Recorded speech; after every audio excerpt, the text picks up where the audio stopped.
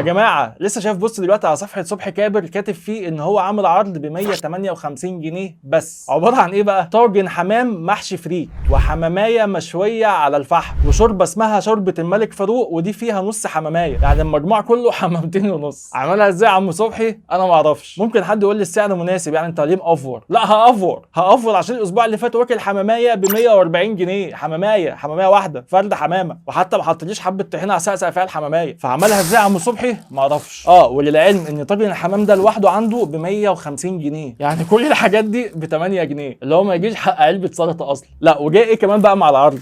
علبتين طحينه وعلبتين سلطه وعيش 4 رغيفه ومعلقتين، وده كله ب 158 جنيه. ما هو الموضوع لو فيه لحمه او كبده كنت انا شكيت، لكن ده حمام. طب يلا نفتح يمكن يكون جايب لنا عصافير. بسم الله. اوعى تصدمني يا عم صبحي، اوعى. طاجن متغلف، لا وطاجن فخار كمان، يعني مش علبه فويل. يا عم صبحي بيضحي. بسم الله.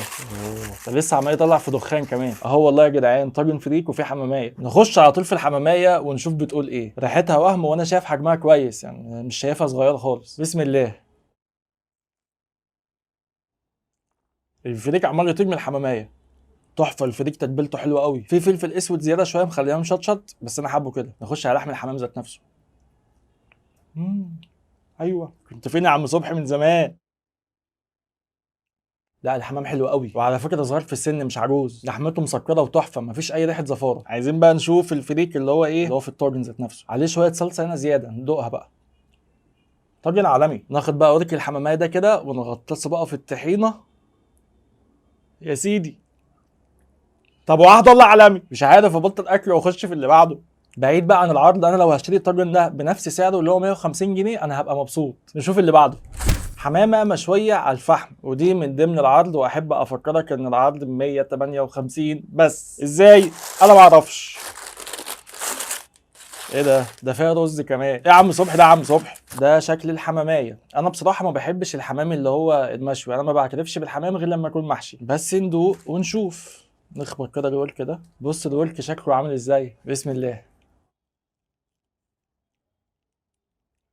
الحمام هنا محمر، مش ناشف من كتر التسويه، لان مشكلتي في الحمام المشوي اللي هو ايه، تحس ان اللحمه بتشد او معضم كده، ما بيكونش فيه لحم، لكن اللحمه هنا طري. لا انا لغايه دلوقتي مبسوط. ده كله ب 158 جنيه بس. نشوف الرز. بسم الله. رز بسمتي عادي، مبهر حلو ومستوي حلو. انا الورك التاني بتاع الحماميه ده بيناديلي. عالمي، ما اقدرش اقول حاجه تانية. نخش على اللي بعده. شوربة الملك فاروق، ودي بتبقى عبارة عن شوربة فريك وجواها نص حمامية. واحب افكركم اللي هي في العرض، والعرض سعره ب 158 جنيه. ازاي؟ انا معرفش. انا اكلت كمية حمام انا يوم فرحي مش هاكل الكمية دي. ده نص حمامية ودي نص حمامية تانية. الحمام هنا دايب، عامل زي النيفه بالظبط. ايه ده فيها خضار كمان، ده غير الفريك فيها بسله وجزر. طيب نقول بسم الله وندوق. بسم الله. لا ثانيه كده بقى اشرب الشوربه لوحدها.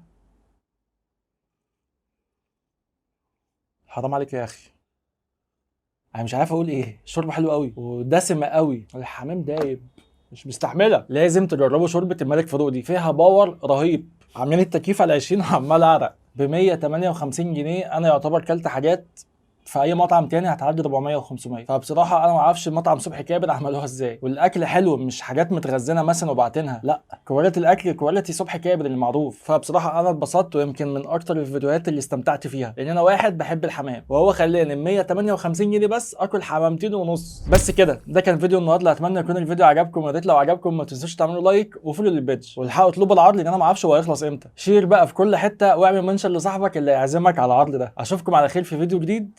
سلام.